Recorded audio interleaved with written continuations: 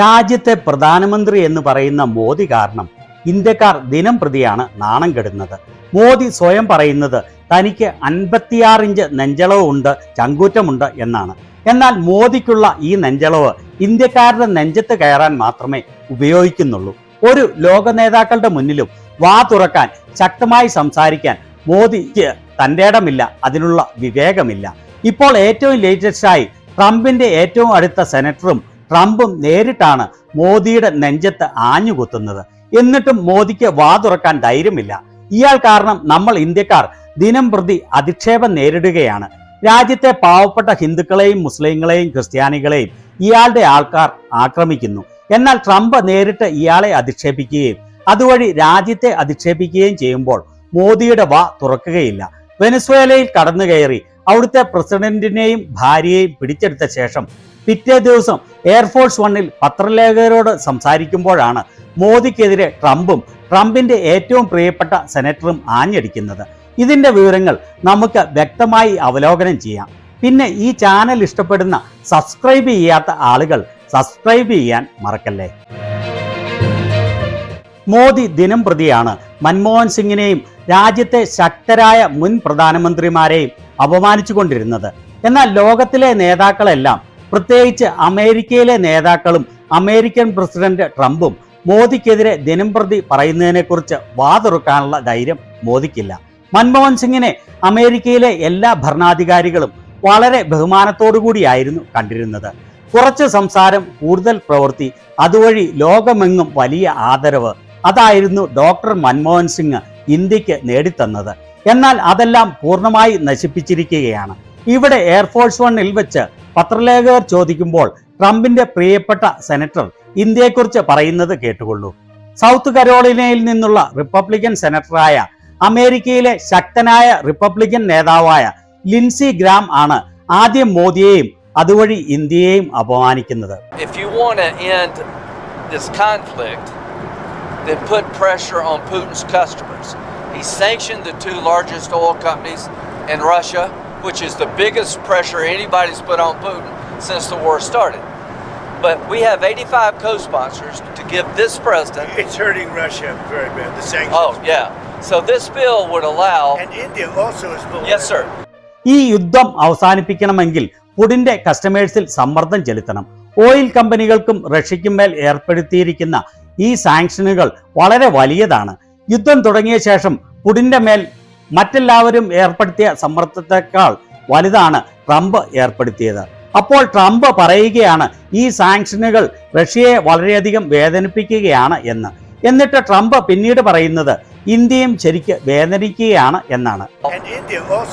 Yes, sir. So he put a 25% tariff on India for buying Russian oil.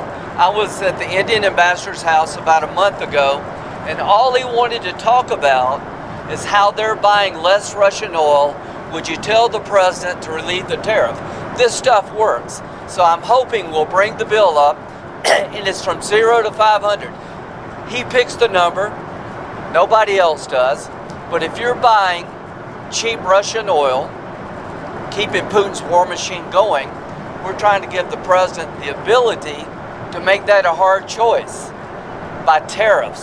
I really do believe that what he did with India is the chief reason India is now buying substantially less Russian oil.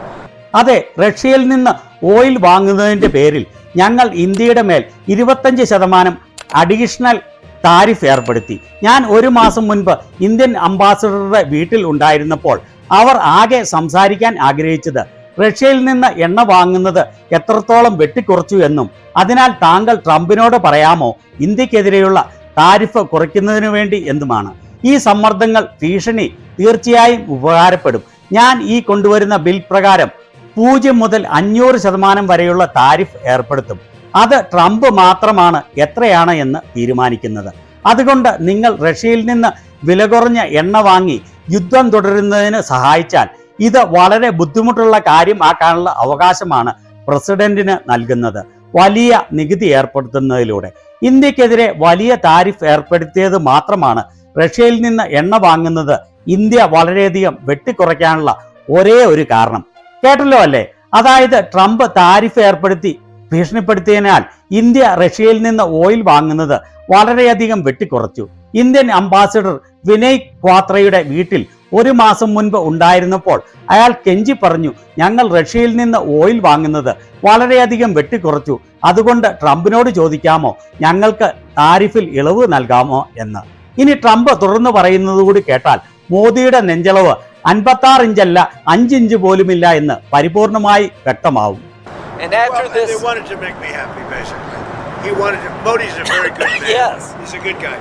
He knew I was not happy, and it was important to make me happy. They do trade, Yeah. and we can raise tariffs on them very quickly, and it would be People are very afraid bad of for that. them.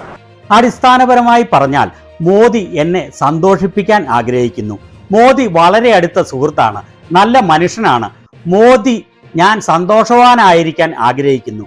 എന്നെ സന്തോഷിപ്പിച്ച് നിർത്തേണ്ടത് വളരെ അത്യാവശ്യമാണ്. ഈ bill വഴി എനിക്ക് ഇന്ത്യക്ക് മേലുള്ള tariff വളരെ വേഗം ഉയർത്താൻ സാധിക്കും. ഇത്ര നാളും ട്രംപ് മാത്രമായിരുന്നു പ്രധാനമായി മോദിയെ ഭയപ്പെടുത്തിക്കൊണ്ടിരുന്നത്.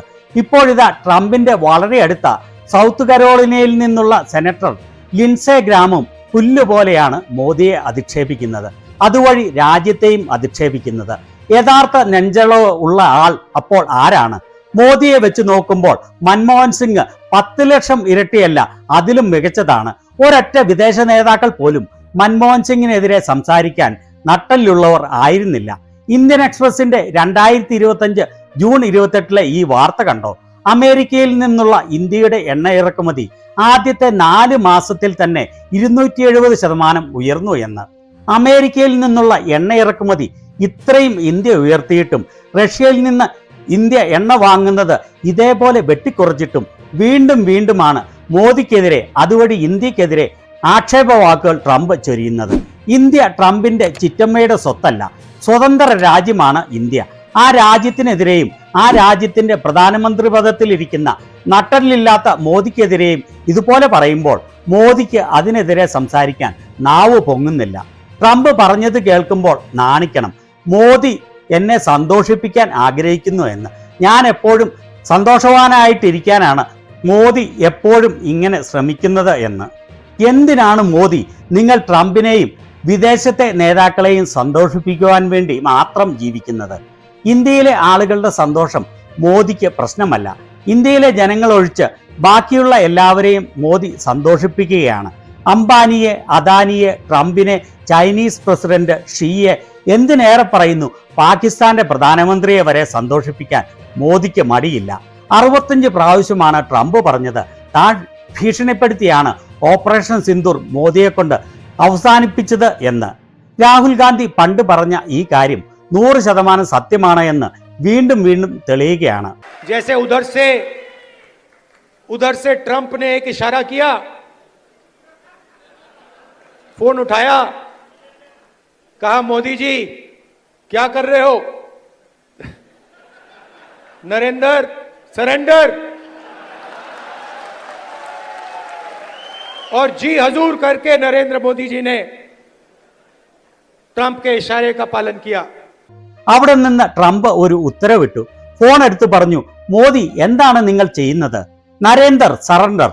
ഓക്കെ ബോസ് എന്ന് പറഞ്ഞ് ട്രംപിന്റെ ഉത്തരവ് മോദി നടപ്പിലാക്കി. आपको एक समय याद होगा जब फोन कॉल नहीं आया था, 7th फ्लीट आई थी, 71 की लड़ाई में 7th फ्लीट आई थी, हथियार आए थे, एयरक्राफ्ट कैरियर आया था. इंदिरा गांधी जी ने कहा मुझे कुछ जो करना है मैं करूंगी. നിങ്ങൾക്ക് ഒരു സമയം ഓർമ്മയുണ്ടാവും. അന്ന് വന്നത് ഫോൺ കോൾ അല്ല, അമേരിക്കൻ നേവിയുടെ 7th ഫ്ലീറ്റ് ആണ് വന്നത്. 71 യുദ്ധത്തിൽ ആയുധങ്ങളുമായി യുദ്ധവിമാനങ്ങൾ വന്നു. എന്നാൽ ഇന്ദിരാഗാന്ധി ചങ്കൂറ്റത്തോടെ പറഞ്ഞു, നിങ്ങൾ എന്ത് ചെയ്താലും ഞാൻ ഭയപ്പെടുകയില്ല, ഞാൻ ചെയ്യാൻ ഉദ്ദേശിച്ചത് ചെയ്യുക തന്നെ ചെയ്യും. അത് ഇന്ദിരാഗാന്ധി നടപ്പിലാക്കി കാണിക്കുകയും ചെയ്തു. ഇന്ത്യയുടെ മുൻകാല പ്രധാനമന്ത്രിമാർക്കെല്ലാം ലോക നേതാക്കളുടെ മുന്നിൽ വലിയ ബഹുമാനം ഉണ്ടായിരുന്നു. അവരൊന്നും വിശ്വഗുരുക്കൾ ആയിരുന്നില്ല. അവർക്ക് 56 ഇഞ്ച് നെഞ്ചളവും ഉണ്ടായിരുന്നില്ല. മൻമോഹൻ സിംഗ് ബ്ലാബ്ലാ എന്ന് വിഡ്ഢിത്തം വിളിച്ചു പറയുന്ന ആൾ ആയിരുന്നില്ല. എന്നാൽ അവർക്കെല്ലാം അമേരിക്കയിലെയും ലോക നേതാക്കളുടെ ഇടയിലും വലിയ ബഹുമാനമായിരുന്നു. വിശ്വോത്തര ഗുരു വന്നപ്പോൾ എല്ലാവരും ഗുരുവിനെ ഇട്ട് അമ്മാനമാടുകയാണ്. അത് കേട്ട് കുരു നിശബ്ദമായി ഇരിക്കുകയാണ്. ഇതാണ് സംഘികളുടെ വിഷുകുരു. അനുഭവിക്കുന്നത് രാജ്യത്തെ ജനങ്ങളും. ഇതിനെക്കുറിച്ച് നിങ്ങളുടെ അഭിപ്രായം എന്താണ്?